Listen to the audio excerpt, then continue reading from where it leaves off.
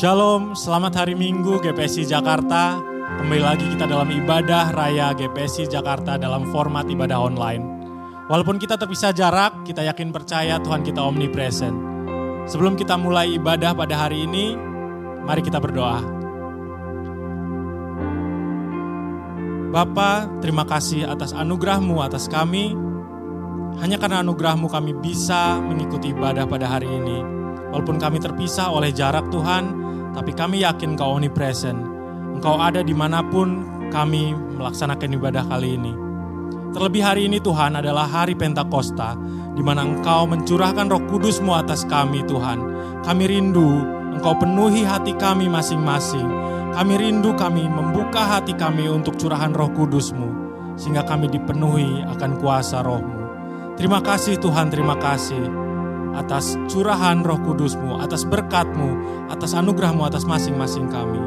Kami semua di sini, jemaat GPSI yang siap memuji memuliakan nama-Mu, bahkan mendengarkan kebenaran firman-Mu, sama-sama kita katakan amin, haleluya.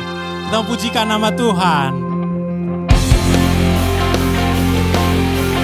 Kita undang jemaat bangkit berdiri, kita mau bertepuk tangan, kita mau bersuka cita, haleluya.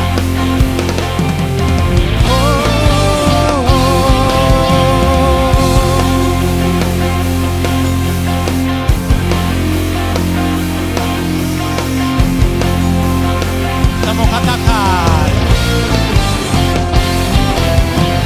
dengarkanlah suara nafiri memanggil semua umatnya dari seluruh penjuru bumi datang untuk menyembahnya.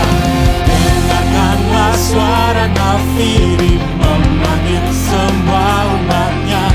Gereja Tuhan bersatu kini mengangkat tinggi panjinya.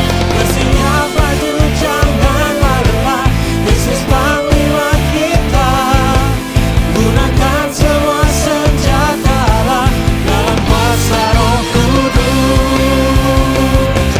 Api kemuliaan-Nya tercurah dari surga, penuhi kami semua. Bangkitlah gerejanya, api kemuliaan-Nya tercurah dari surga. Beritakan pada dunia bahwa Yesuslah Raja, segala raja. Kita mau pujikan pujian ini dari awal, amin. Katakan, dengarkanlah suara nafiri memanggil semua umatnya dari seluruh penjuru bumi datang untuk menyembahnya. Dengarkanlah suara nafiri memanggil semua umatnya. Gereja Tuhan bersatu kini mengangkat tinggi panjinya. Bersiap maju janganlah lelah, Yesus panglima kita. Gunakan semua senjata dalam kuasa Roh Kudus. Api kemuliaan-Nya tercurah dari surga, penuhi kami semua.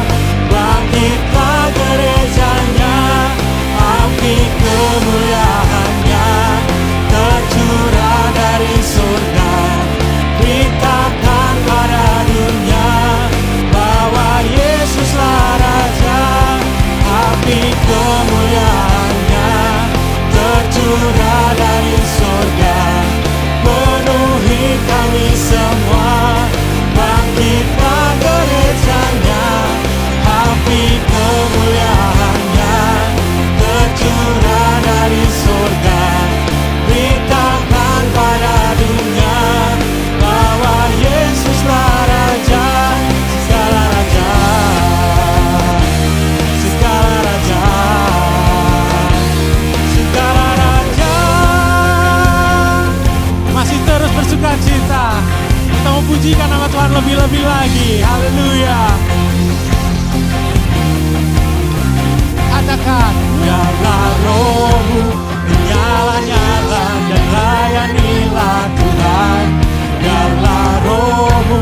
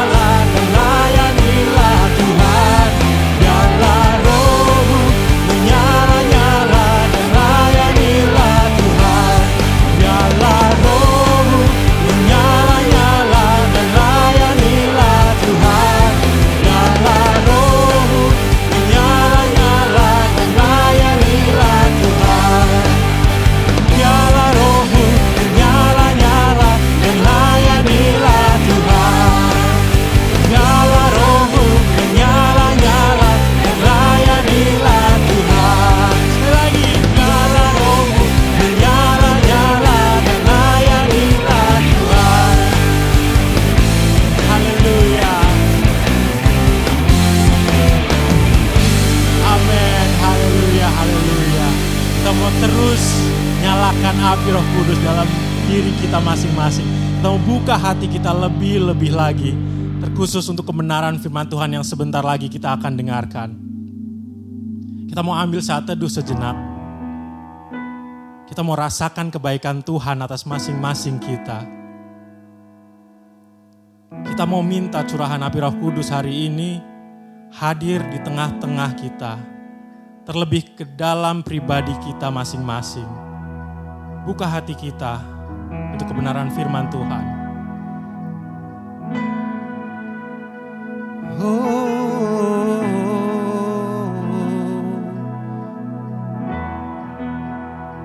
Sembah Dia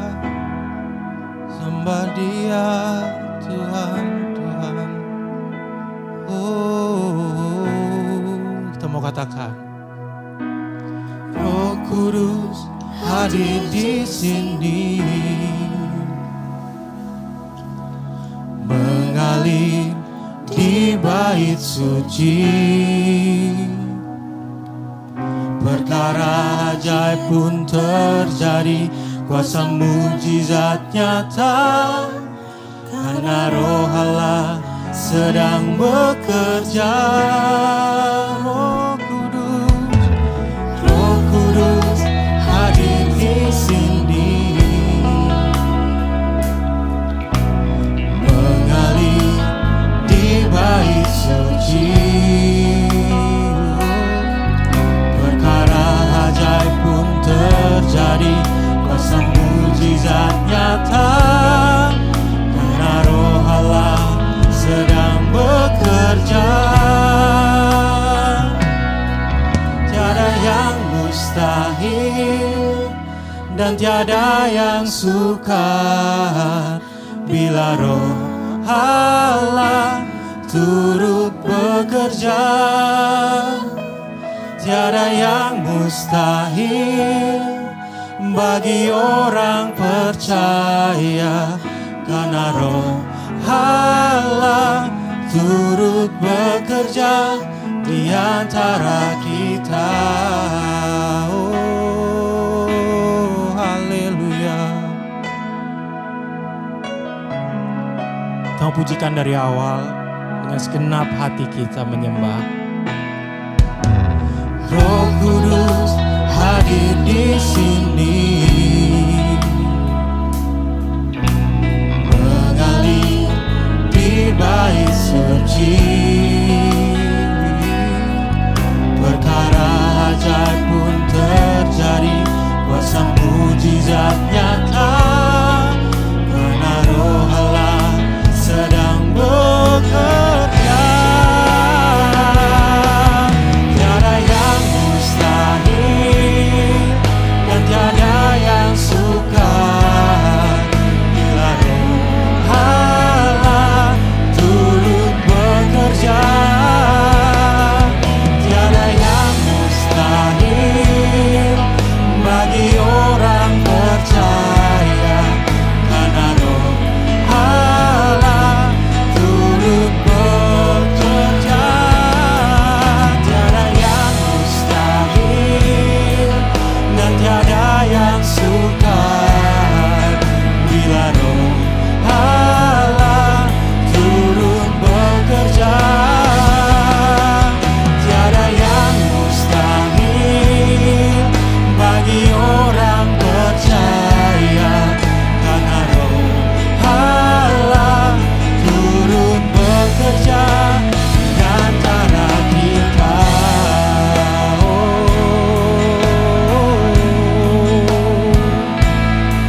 Tiada yang mustahil, Tuhan. Haleluya, haleluya. Kami mau undang Roh-Mu Tuhan, penuhi masing-masing kami. Biar kami Tuhan menjadi pribadi yang optimis, menjadi pribadi yang lepas dari kekhawatiran, lepas dari rasa takut. Karena kami yakin dan percaya Roh-Mu berkuasa atas masing-masing kami. Haleluya. Oh, sembah Dia. Oh, sekarang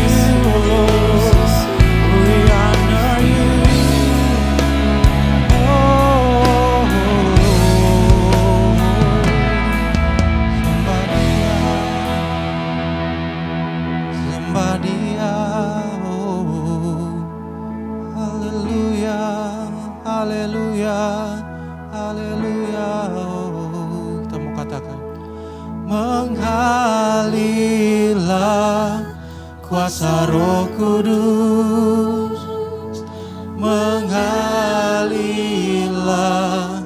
di tempat ini, mengalirlah,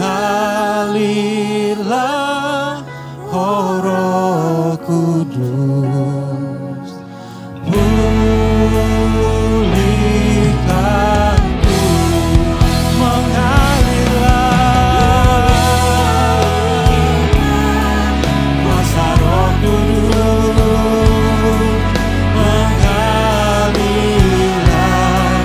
di tempat ini, mengalirlah, oh Roh Kudus, di hidupku.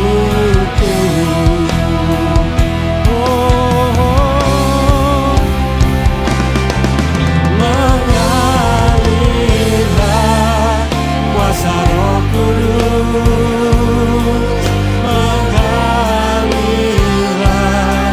di tempat ini, mengalirlah, oh Roh Kudus, pulihkanku, mengalirlah kuasa Roh Kudus, mengalirlah di tempat ini, mengalirlah,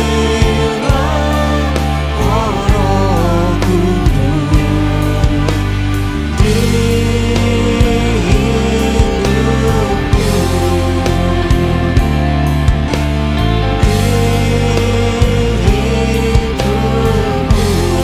sekali lagi,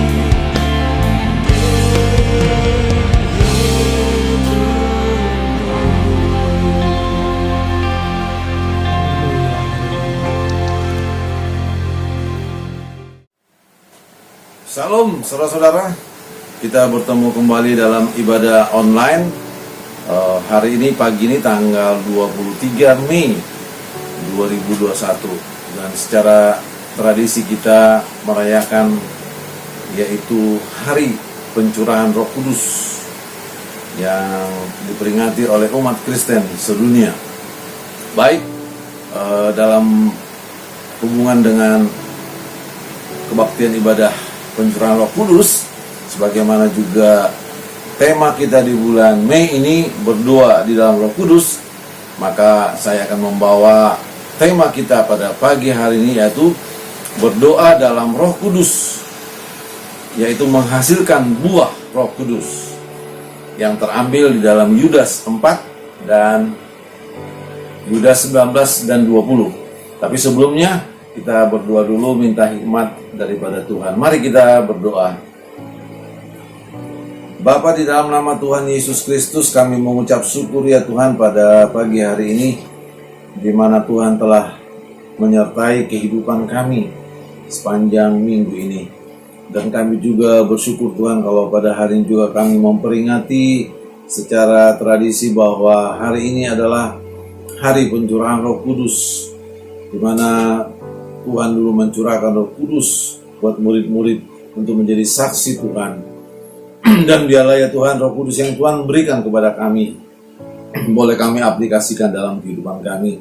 Dan pagi hari ini yang sesuai dengan dengan tema berdoa dalam Roh Kudus, Tuhan urapi hamba untuk jadikan saluran berkat-Mu pada pagi hari ini. Biar setiap pendengar boleh diberkati oleh firman Tuhan. Bersabdalah Tuhan, kami siap mendengarkan firman Tuhan. Dalam nama Tuhan Yesus Kristus kami berdoa dan mengucap syukur. Yang percaya katakan amin. Baik saudaraku, saya mengambil tema berdoa dalam Roh Kudus, yaitu menghasilkan buah Roh Kudus, yang terambil dari Yudas 4 dan nanti dilanjutkan ayat 19 dan 20. Yudas 4, karena Yudas itu adalah hanya satu pasal, maka sering disebutkan langsung Yudas 4 ya. Baik, Yudas 4, demikian firman Tuhan. Sebab ternyata ada orang tertentu yang telah masuk menyelusup di tengah-tengah kamu, yaitu orang-orang yang telah lama ditentukan untuk dihukum. Mereka adalah orang-orang yang fasik, yang menyalahgunakan kasih karunia Allah kita untuk melampiaskan hawa nafsu mereka, dan yang menyangkal satu-satunya penguasa dan Tuhan kita, Yesus Kristus. Kita sambung lagi di ayat 19 dan 20, demikian firman Tuhan. Mereka adalah pemecah belah yang dikuasai hanya oleh keinginan-keinginan dunia ini, dan yang hidup tanpa Roh Kudus. Ayat 20, akan tetapi kamu saudara-saudaraku yang kekasih, bangunlah dirimu sendiri di atas dasar imanmu yang paling suci, dan berdoalah dalam Roh Kudus. Demikian firman Tuhan yang kita dengar bersama-sama. Saudara-saudara yang saya kasihi di dalam nama Tuhan Yesus Kristus, latar belakang surat ini adalah ditulis oleh Yudas yang merupakan saudara daripada Rasul Yakobus, ya. Nah, kedua orang tersebut, Yudas dan Yakobus, itu adalah saudara Yesus, ya. Nanti kalau saudara buka di dalam Matius pasal 13 ayat 55, ya, di situ ada saudara Yesus, ya, 4 orang laki-laki dan beberapa wanita, ya. Nah, Yudas merupakan salah satu daripada saudara Yesus, ya, dan juga saudara Rasul Yakobus. Kita tahu Rasul Yakobus adalah salah satu suku guru, ya, murid-murid setelah Yesus naik ke surga. Petrus, Yohanes, dan Yakobus. Sementara Yakobus yang satu lagi, yang saudara Yohanes, kita tahu telah lebih dahulu dipenggal, ya. Nah, jadi Yudas ini adalah Yudas saudara Yakobus, saudara Yesus, saudara-saudara. Dan kalau kita lihat, surat ini ditujukan kepada orang-orang yang sudah menerima Yesus dan Tuhan Juru Selamat, ya, di perantauan, saudaraku. Dan kalau kita lihat, itu bisa nanti saudara baca di dalam Yudas 1, ya, bahwa surat ini ditujukan kepada anak-anak Tuhan yang merantau di berbagai daerah, kan begitu, ya. Nah, kalau kita lihat, ini surat Yudas ini memang mirip-mirip dengan surat 2 Petrus pasal 2, saudara-saudara, ya. Tetapi ada perbedaan-perbedaan, tetapi agak-agak mirip, saudara. Nah, saudara-saudaraku, saya melihat bahwa orang yang berdoa di dalam Roh Kudus dan orang yang berdoa tidak di dalam Roh Kudus ada perbedaan, saudara. Ya, ada perbedaan. Di sini saya tampilkan nanti dalam tabel perbedaan daripada orang yang berdoa di dalam Roh Kudus dan orang yang berdoa hanya sekedar berdoa, ya, yang tidak di dalam tuntunan Roh Kudus. Nah, saya membuat tabel ini begini, saudaraku. Orang yang berdoa tidak di dalam Roh Kudus itu adalah cenderung kehidupannya adalah menuju tipikal orang-orang fasik, saudaraku, ya. Dan sementara orang yang berdoa di dalam Roh Kudus itu adalah orang yang menghasilkan buah roh, ya. Nanti di tabel ini saudara bisa lihat, ya. Kita akan lihat apa ciri-ciri orang-orang yang hidup di dalam kefasikan, ya. Seperti saya katakan tadi, kalau orang hanya berdoa sekedar berdoa tetapi tidak minta pimpinan Roh Kudus, maka saya pastikan kehidupan orang itu akan menuju tipikal orang-orang fasik. Nah, sekarang kita akan lihat apa sih orang fasik, ya. Nah, menurut Kamus Besar Bahasa Indonesia, orang fasik itu dikatakan adalah orang yang percaya kepada Allah tetapi tidak menjalankan perintahnya, bahkan melakukan perbuatan dosa. Itu menurut Kamus Besar Bahasa Indonesia. Tetapi saya juga mau lihat menurut Alkitab bagaimana.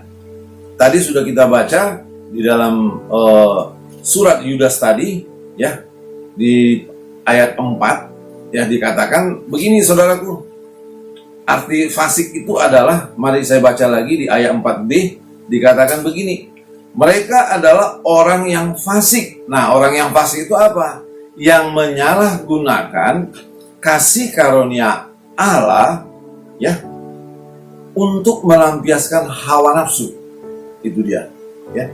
Jadi sebetulnya kita, saudara dan saya yang telah menerima Yesus, yang menerima kasih karunia Yesus, maka kalau kita berdoa hanya dengan pikiran kita sendiri, ya, tanpa tuntunan Roh Kudus, maka kita akan masuk terjebak di dalam tipikal orang fasik.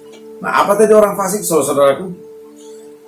Orang yang sebetulnya percaya kepada Allah, tetapi dalam realitanya itu bertentangan, ya, sering bertabrakan dengan perintah-perintah Tuhan. Itulah tipikal orang fasik, saudara. Nah, mari kita periksa apa ciri-ciri orang fasik, saudara. Ya. Ciri pertama orang fasik itu adalah sombong, ya, atau tinggi hati. Nah, kalau kita lihat nanti di dalam Yudas 9, maksudnya Yudas 9 itu Yudas, ya, ayat 9 maksudnya, ya, saudara, ya. Di situ berbicara mengenai Mikael, penghulu malaikat, dan iblis, ya. Nah, kita tahu iblis ini adalah apa? Lucifer, ya, yang telah diusir Tuhan dari surga. Karena apa? Karena kesombongannya. Ya. Kita tahu bahwa Lucifer ini itu tadinya adalah malaikat yang kedudukannya sangat tinggi, saudara. Dan dia adalah pemimpin di dalam penyembahan kepada Allah, saudara. Ya.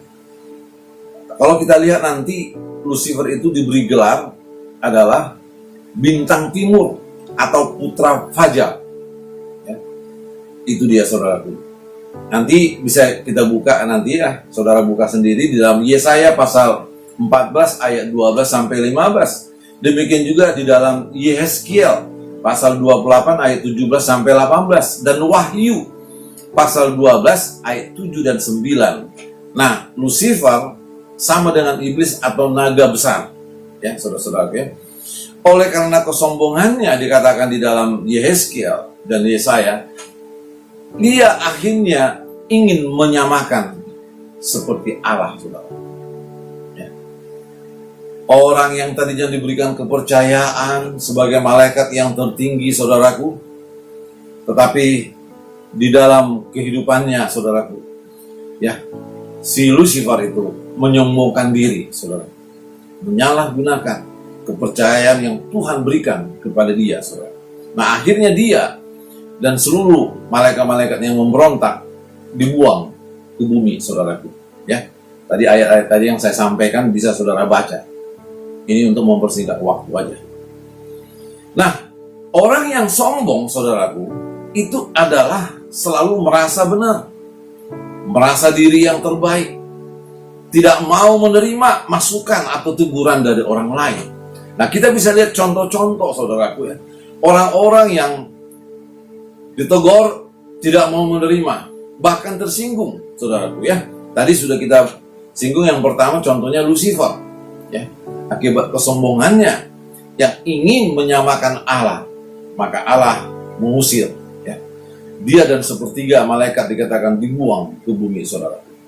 Nah, contoh yang lain kalau kita periksa, saudaraku, kita bisa lihat adalah contoh dua raja-raja daripada Yehuda. Yang pertama adalah Raja Asa, ya. Itu tertulis di dalam 2 Tawarik 16 ayat 7 sampai 10, ya. 2 Tawarik 16 ayat 7 sampai 10.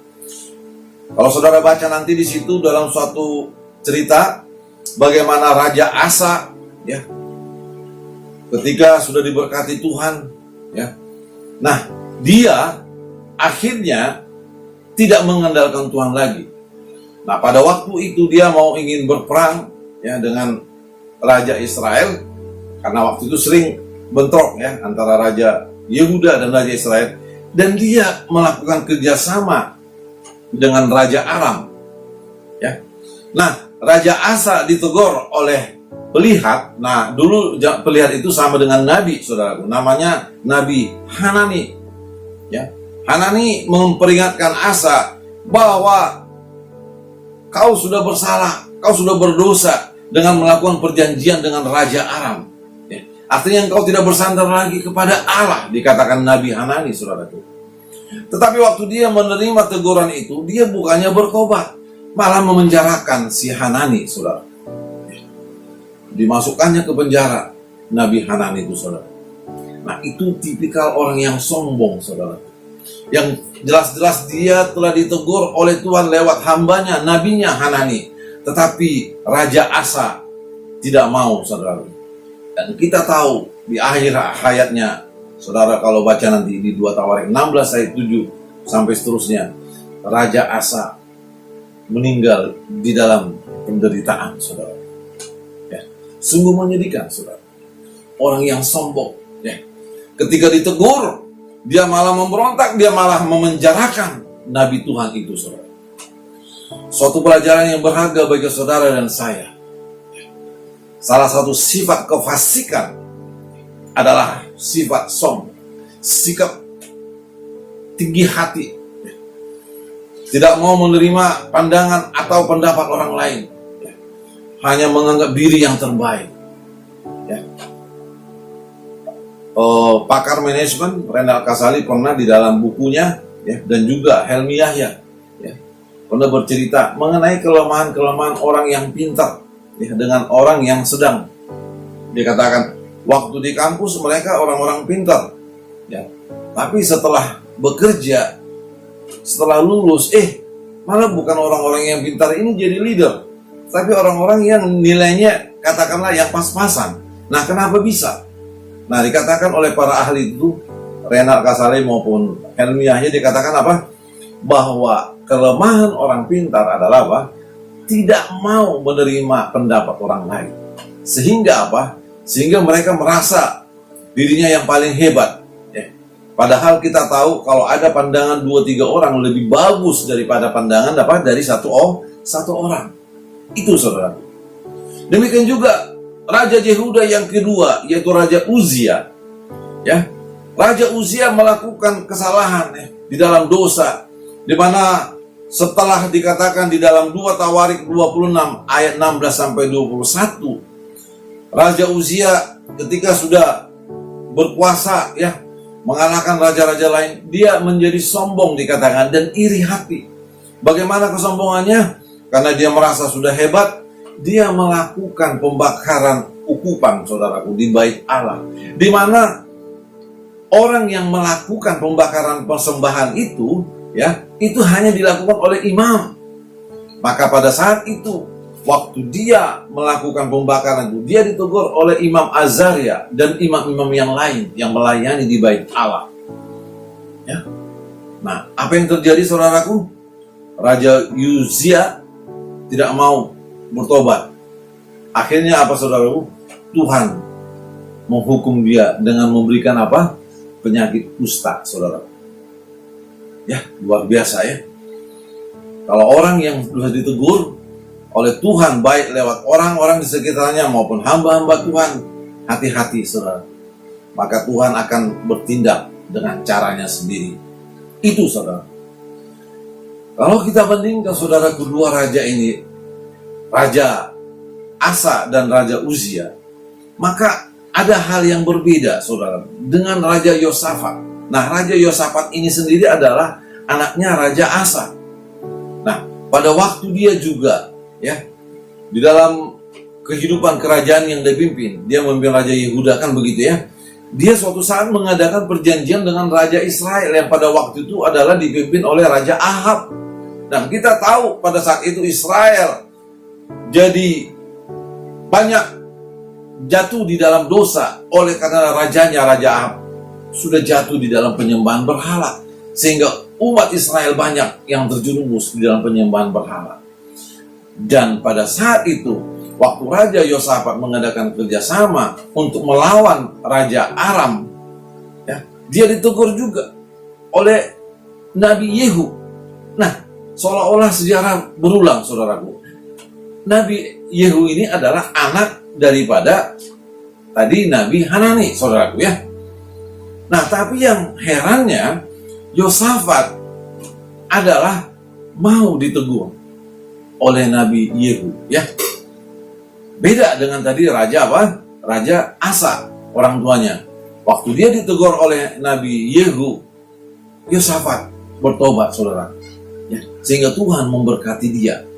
Demikian juga kita tahu Raja Daud, ya saudara-saudara ya. Di mana kita tahu Raja Daud pernah jatuh di dalam dosa, yaitu kalau saya sebutkan Berseba Gate, kan begitu ya, skandal Berseba, ya, di mana dia jatuh di dalam dosa zina, dan bukan hanya sekedar jatuh dalam dosa zina. Ketika dia mau mencoba dengan caranya sendiri untuk menghilangkan jejak, ya, dia bahkan membunuh suami Berseba, ya, Uria.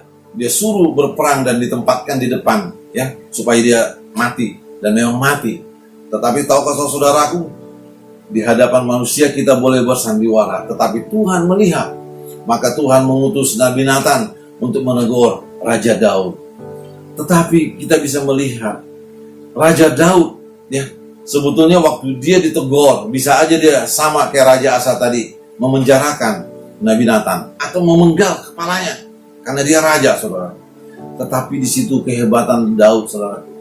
Daud waktu ditegur, dia merasa bersalah dan dia merasakan dosa itu, saudara. Dan akhirnya dia bertobat, sehingga Daud di dalam pergumulannya menciptakan Mazmur. Di dalam Mazmur 51 dia berikan judul pengakuan dosa, saudaraku.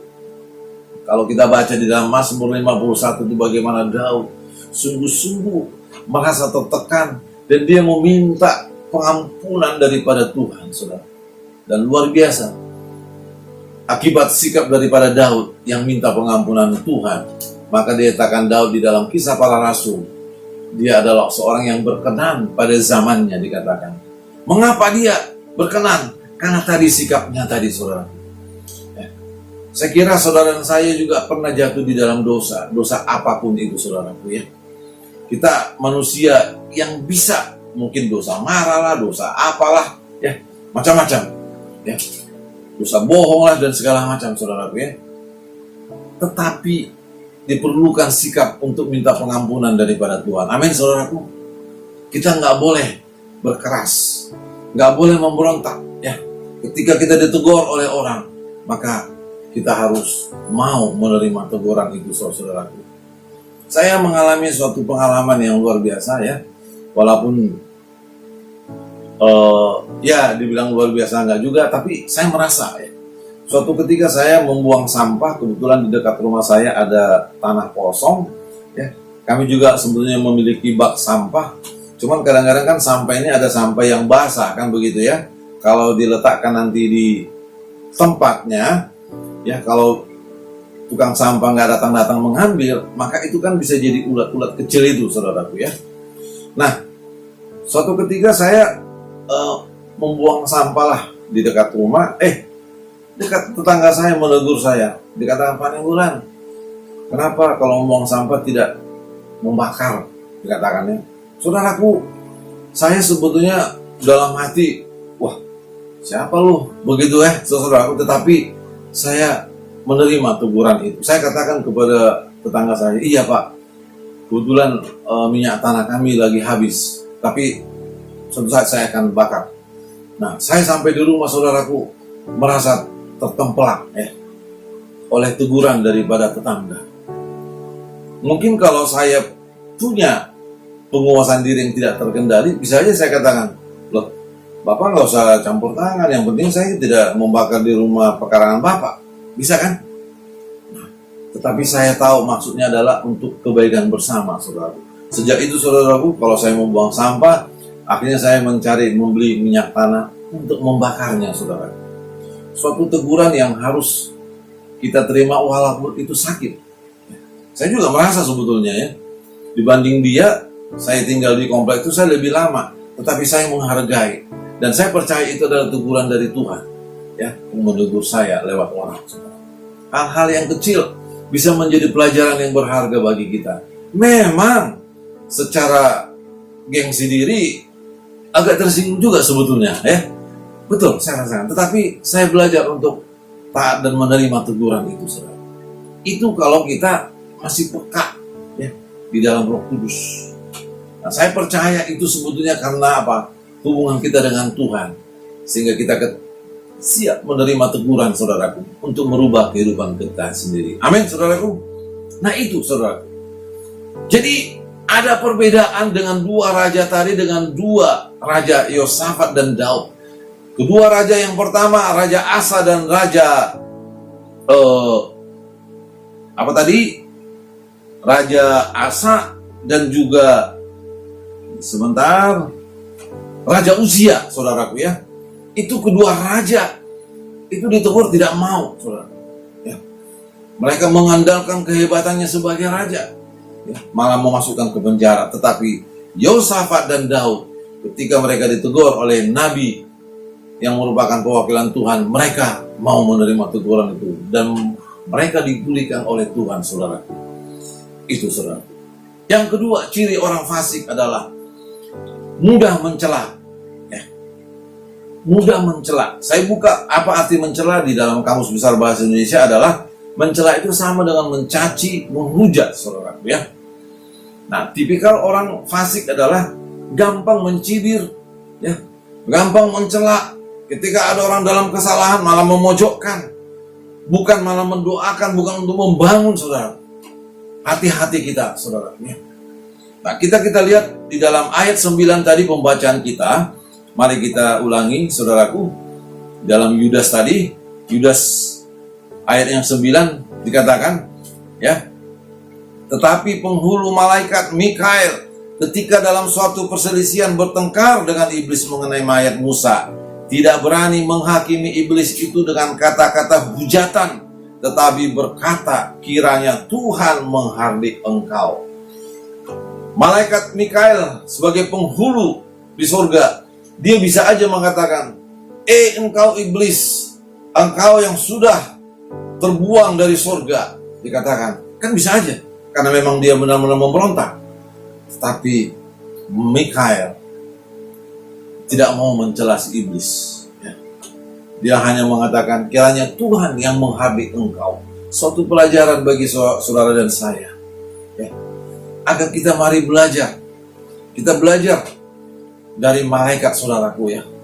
Supaya kita tidak gampang mencela orang, tidak gampang mencibir orang, ya, tidak gampang menghujat orang. Ketika orang tersebut ketika jatuh terpojok, mari kita bukan malah mengolok-olok, bukan malah menghujat, tetapi mari kita berdoa bagi orang tersebut supaya orang tersebut dipulihkan oleh Tuhan. Kita dorong mereka, saudara. Ya, itu. Dan kita tahu, saudaraku, sampai sekarang Alkitab berkata mayat Musa itu nggak diketahui. Ya, tidak diketahui. Saudara bisa cek di Alkitab. Ya. Mayat Musa tidak diketahui, dan ini penafsiran saya, Musa langsung naik ke surga. Kenapa saya berani mengatakan? Karena waktu murid-murid Yesus melihat Nabi Elia dan Musa bertemu, ya, berbincang-bincang dengan Yesus, ya, ketika Petrus, Yohanes dan Yakobus dibawa Tuhan ke gunung, ya, Petrus melihat dan murid-murid melihat ada 3 kemah yang mereka lihat. Di dalam kemah itu masing-masing Musa, Elia, dan Yesus. Suatu misteri, ya. Sampai sekarang mayat Musa pun tidak diketahui. Ini penafsiran saya pribadi, ya. Bahwa Allah, walaupun Musa tidak masuk ke tanah Kanaan, tetapi dia berkenan bagi Tuhan, saudara. Itu, saudara, kita belajar supaya tidak mencela, mencibir daripada orang-orang, saudaraku. Sebab tipikal orang fasik adalah gampang atau mudah mencela orang. Itu, saudaraku. Nah, yang ketiga, saudaraku, kita belajar ciri-ciri daripada orang yang fasik itu apa, saudaraku? Yaitu adalah dengki atau iri hati, saudara. Ciri yang ketiga, orang fasik, ya, dikatakan apa? Orang yang dengki dan iri hati. Dan biasanya orang yang dengki dan iri hati memiliki moto, tidak mau kalah. Ungkapan umum mengatakan, senang melihat orang susah, susah melihat orang senang. Itu tipikal orang yang iri hati, saudara.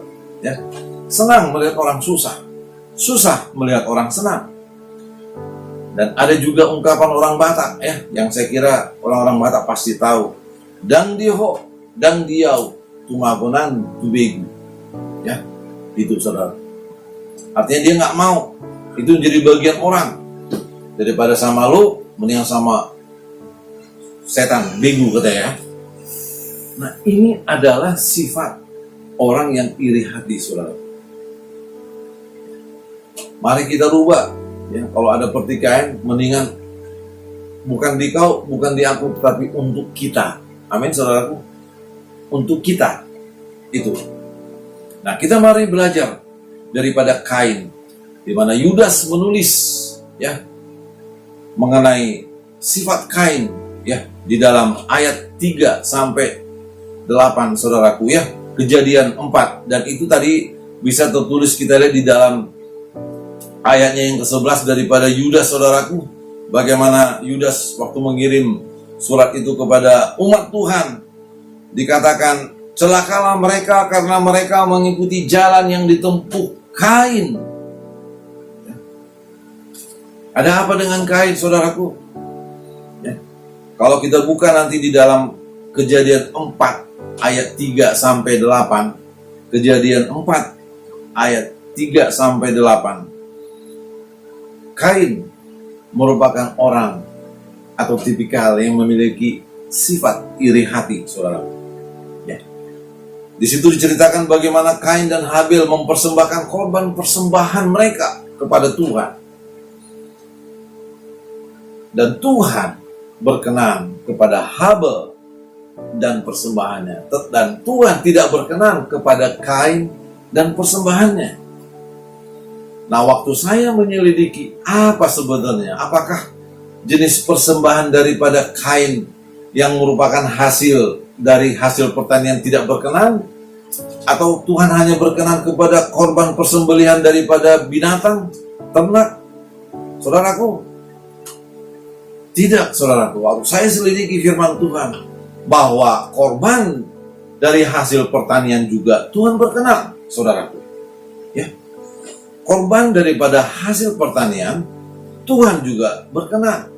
Itu boleh saudara buka nanti di dalam Keluaran 22. Ya. Keluaran 22 ayat 29 sampai 30. Persembahan daripada hasil pertanian dan persembahan dari hasil peternakan yang merupakan binatang, Tuhan berkenan, saudara. Nah, sekarang menjadi pertanyaan, kenapa? Nah, kalau kita baca, saudaraku, di dalam Kejadian 4 ayat 3 sampai 8, firman Tuhan berkata Tuhan tidak berkenan kepada Kain. Jadi subjeknya dulu, baru objek. Ya. Jadi apa yang kita ambil pelajaran di sini? Bahwa ketika kita memberikan persembahan kepada Tuhan, Tuhan tidak nomor satukan persembahan atau objek itu, saudara. Tuhan memperhatikan yang lebih utama daripada subjek atau orangnya, saudara. Amin. Iya. Nah, kalau kita buka di dalam 1 Samuel 15 ayat 22, mari kita buka 1 Samuel 15 ya. Bagaimana waktu itu Raja Saul jatuh di dalam dosa ya. Nabi Samuel menegur daripada Raja Saul, dikatakan di dalam 1 Samuel 15 ayat 22, dikatakan, apakah Tuhan itu berkenan kepada korban bakaran dan korban sembelihan sama seperti kepada mendengarkan suara Tuhan? Dikatakan, sesungguhnya mendengarkan lebih baik daripada korban sembelihan, memperhatikan lebih baik daripada lemak domba-domba jantan. Apa artinya, saudaraku? Bahwa Tuhan lebih mengutamakan subjeknya daripada objek persembahan itu, saudaraku. Dan kita tahu, saudaraku, di dalam Kejadian 4 ayat 3 sampai 8 ya, Allah bertanya kepada Kain, saudaraku ya. Dikatakan begini, saudaraku, ayat 6 Kejadian 4, firman Tuhan kepada Kain, mengapa hatimu panas dan mukamu muram? Ayat 7, apakah mukamu tidak akan berseri jika engkau berbuat baik? Nah, ini, saudaraku, tetapi jika engkau tidak berbuat baik, dosa sudah mengintip di depan pintu. Ia sangat menggoda engkau, tetapi engkau harus berkuasa atasnya. Saudaraku, ketika Tuhan bertanya kepada diri saudara dan saya, itu merupakan suatu kesempatan introspeksi di dalam kehidupan kita. Sama halnya waktu Adam jatuh dalam dosa. Tuhan berkata, Adam, di manakah engkau? Apakah Tuhan tidak tahu, saudaraku? Allah Maha Kuasa. Allah tahu di mana Adam. Sama juga dengan Kain, saudara.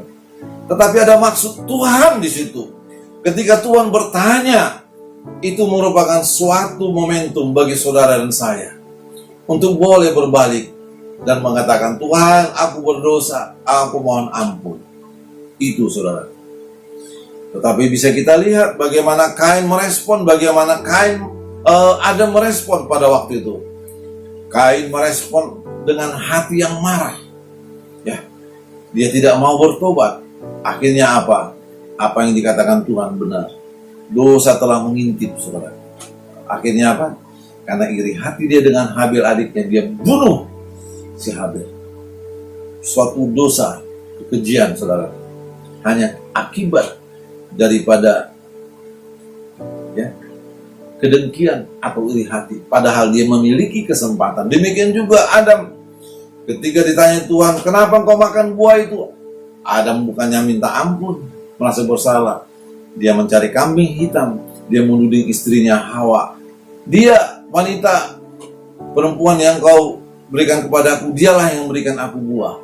Ya, cari kambing hitam. Tuhan juga begitu mengatakan kepada Hawa. Hawa mencari kambing hitam kan kepada ular, saudara. Ya, suatu jawaban yang tidak berterus terang. Mencoba membenarkan diri. Itu, saudara. Ya, itu sifat kedua daripada orang fasik. Yang ketiga, ya, daripada orang fasik. Apa? Iri hati dan dengki, saudara. Mari, saudaraku, kita belajar ya, supaya saudara dan saya bisa datang di kaki Tuhan ketika kita merasa sudah berdosa, jatuh dalam dosa iri hati, saudaraku. Mari kita belajar untuk bersyukur. Ya, hanya dengan bersyukurlah, maka dosa iri hati itu tidak terjadi dalam kehidupan kita. Kenapa? Kita sering jatuh dalam dosa iri hati karena kita tidak pernah bersyukur, saudara. Sewajarnya lah kita bersyukur kepada Tuhan, ya. Karena saudara dan saya adalah biji mata Tuhan, dikatakan. Kalau kita setia kepada Tuhan, maka Tuhan akan mencukupkan kehidupan kita. Yang keempat, ciri daripada orang fasik adalah tamak atau serakah. Tamak atau serakah. Ya. Kembali kita tadi ke Yudas, ya. Ayat 11 tadi. Karena di dalam ayat 11 itu Yudas memperingatkan umat Tuhan untuk tidak memiliki sifat daripada dengki, iri hati, tamak, dan pemberontakan. Dan sifat tamak itu dikatakan bahwa Bileam, dan Bileam itu adalah nabi Tuhan sebetulnya. Sebetulnya dia bukan orang bangsa Israel, tetapi orang Midian. Nah, ini menunjukkan bahwa siapapun dia, ketika dia cinta Tuhan, Tuhan pakai. Dan Bileam, saudaraku, adalah bukan umat Israel, tapi orang Midian. Tetapi dia jatuh di dalam dosa sogokan, saudaraku, ya. Dia menerima upah dari orang Moab, saudara, untuk mengutuki Israel. Sampai Tuhan menampakkan 3 kali lewat keledai yang ditunggangnya, saudara. Sampai keledai itu ngomong, saudara. Luar biasa, ya. Kalau Tuhan sudah campur tangan, Tuhan bisa membuat apapun. Ya, karena memang dia adalah penguasa alam semesta. 3 kali Tuhan menampakkan diri di depan keledai itu. Dan keledai itu menghindar. Tetapi Bileam memukul keledai itu. Sampai pada ketiga kalinya akhirnya dia berhadapan dengan malaikat Tuhan. Itu, saudaraku. Bukankah orang Kristen banyak jatuh di dalam korupsi, saudaraku? Dalam dosa sogok menyogok. Ya, dalam korupsi. Seperti yang saya katakan tadi, mari kita minta ampun kepada Tuhan. Ada kesempatan ya, untuk minta ampun. Itu dia. Ya. Yudas Iskariot juga jatuh dalam dosa kenamakan. Ya, dia sering mencuri uang kas daripada pelayanan Yesus dan murid-murid, saudara. Ya, suatu ketika waktu Yesus melayani, buat apa minyak narwastu yang harganya begitu mahal, ya.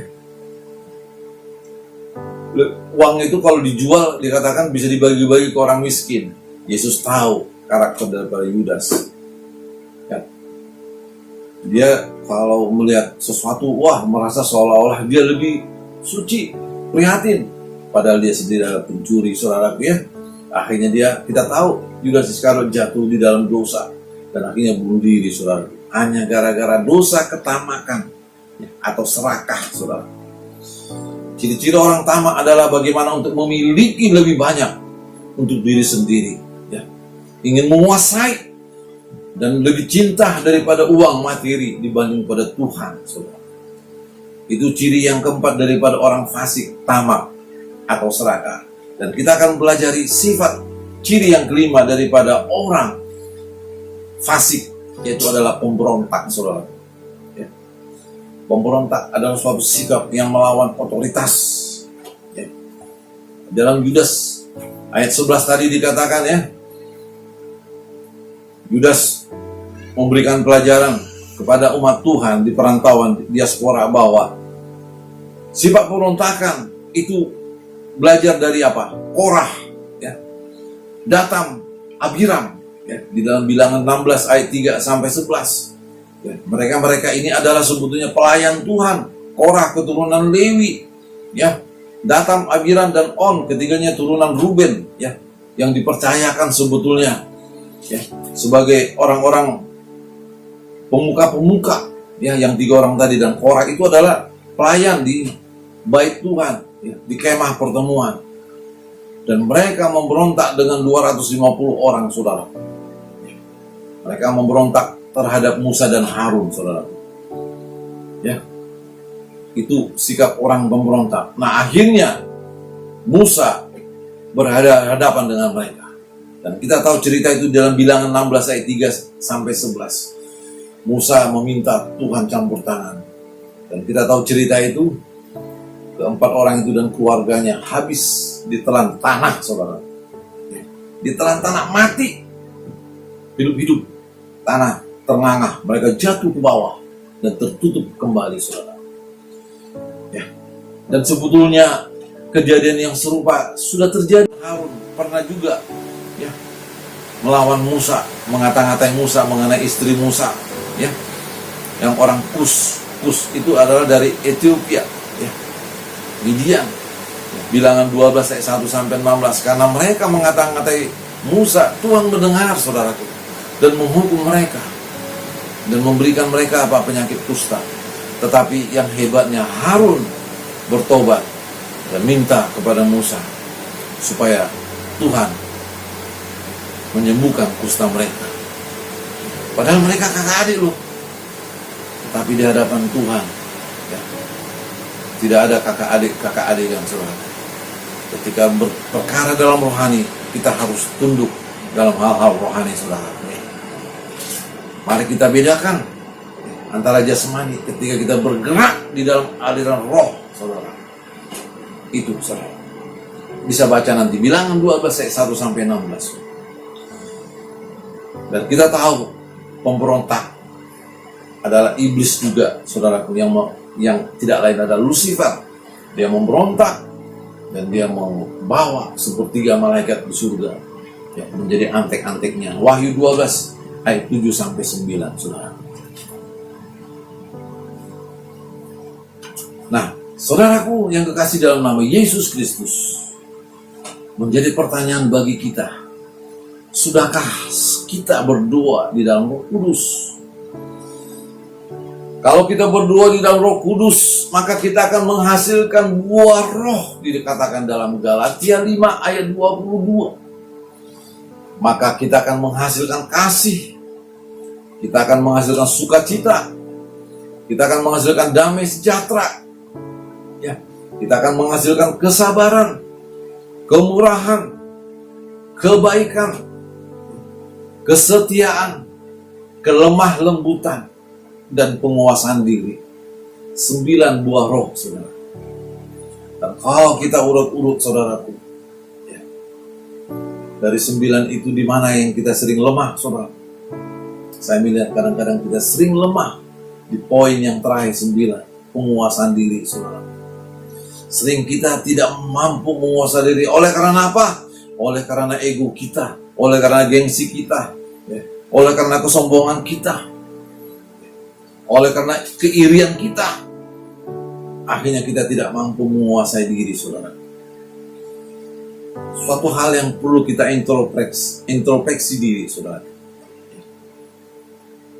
Apakah kita telah memeriksa bagaimana hubungan kita dengan pasangan kita, memeriksa hubungan kita dengan anak kita, memeriksa hubungan kita dengan orang tua kita, dengan mertua kita, saudara kita, saudara dari pasangan kita, sahabat, teman kerja, teman persekutuan, teman gereja.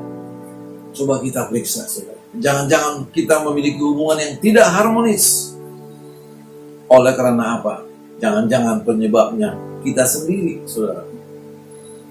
Mari pada pagi hari ini, ketika kita datang, ya, di dalam Tuhan minta pengampunan, minta dan berdoa dalam Roh Kudus, maka Allah setia, dikatakan dalam 1 Yohanes 1:9, untuk mengampuni segala dosa kita, saudara. Dalam hidup ini bisa terjadi, suatu saat kita bisa melakukan dosa, ya. Apakah itu dosa marah, selingkuh, bohong, segala macam, ya, dengki, segala macam, saudaraku. Tetapi saya mau sampaikan pagi hari ini, mari kita menjadi kelompok orang yang mau bertobat ketika ditegur. Ya. Ketika mereka jatuh di dalam dosa, Daud jatuh dalam dosa, Yosafat jatuh dalam dosa, ya. Harun, Miriam jatuh dalam dosa. Tetapi ketika mereka ditegur, mereka mau bertobat dan berubah. Dan akhirnya Tuhan memulihkan dan memberkati mereka. Berbeda dengan yang lain, kelompok yang ditegur tidak mau, malah memasukkan orang ke dalam penjara. Raja Asa tadi, saudaraku. Demikian juga Raja Uzia, ketika ditegur, saudaraku, akhirnya dia kena kusta dan mati di dalam penyakit kusta, saudara. Sungguh menyedihkan. Ya. Biarlah pada pagi ini, saudaraku, saudara dan saya, boleh memaknai daripada pencurahan Roh Kudus. Dan Roh Kudus itu sudah diberikan kepada saudara dan saya. Dan kalau kita memperingati hari pencurahan Roh Kudus, biarlah itu menjadi momen bagi saudara dan saya untuk datang di kaki Tuhan, untuk berkata, Tuhan, aku telah berdosa, ampuni aku. Ya. Jangan sampai kita masuk ke dalam kategori seperti Paulus katakan di dalam 2 Timotius 3 ayat 5. Mari kita buka, saudaraku, ya. Sungguh mengerikan kalau kita masuk sampai di dalam hal ini. 2 Timotius 3. Dikatakan 2 Timotius 3 ayatnya yang kelima, saudaraku. Apa dikatakan? Secara lahiriah mereka menjalankan ibadah mereka, tetapi pada hakikatnya apa? Pada intinya mereka memungkiri kekuatannya, saudara. Dan Paulus berkata, jauhilah mereka. Sungguh teguran yang tegas, saudara. Secara lahiriah mereka menjalankan ibadah mereka. Dan itu juga yang Paulus sampaikan di dalam Roma 10, bagaimana orang Israel, bangsa Yahudi yang merupakan tadinya adalah Tuhan berkati, tetapi mereka tetap di dalam pendirian mereka, tidak mau, ya, menerima Yesus sebagai juru selamat. Dikatakan dalam Roma 10 ayat 2-3 dikatakan, sebab aku dapat memberi kesaksian tentang mereka bahwa mereka sungguh-sungguh giat untuk Allah, tetapi tanpa pengertian yang benar.